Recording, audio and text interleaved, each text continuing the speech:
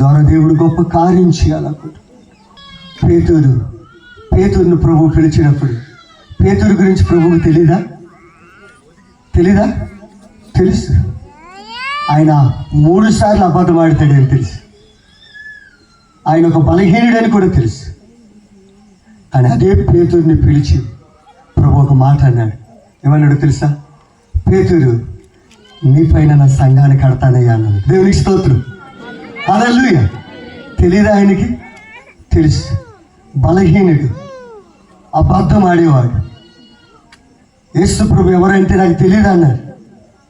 కానీ అదే పేతురు ప్రభు ఓడుకున్నప్పుడు, పేతురు, అయ్యా బలహీనమైన నా జీవితము ఇదిగో బలమైన నీ చేతులకు అప్పగిస్తున్నాను.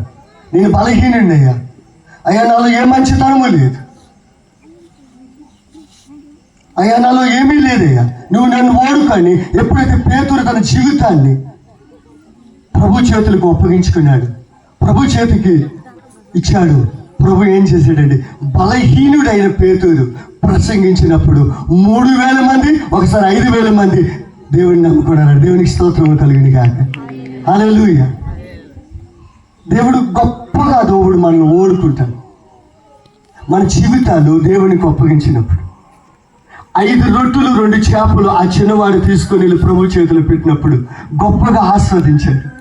5,000 మంది తినగా మిగిలిపోయినట్టు నీ జీవితాన్ని దేవుని చేతిలో పడితే అది మహిమకారంగా మారిపోతుంది. దేవునికి స్తోత్రం. అద్భుతంగా మారుతుంది. కానీ మనం ఏం చేస్తామంటే, పర్లేదు ప్రభు నువ్వు అక్కడే ఉండి నేను ఇక్కడే ఉంటావు అంటుంటాం. మన జీవితాలు ప్రభువుకు అప్పగించేయాలి. ప్రభువా నీ రాజ్యము నా జీవితంలోనికి వచ్చింది కాక అని చెప్పాలి. హల్లెలూయా. ప్రభు నువ్వు నన్ను ఓడుకు, ఎందుకంటే ఒక ప్రత్యేకమైన ఉద్దేశంతో నువ్వు నన్ను పిలిచావు.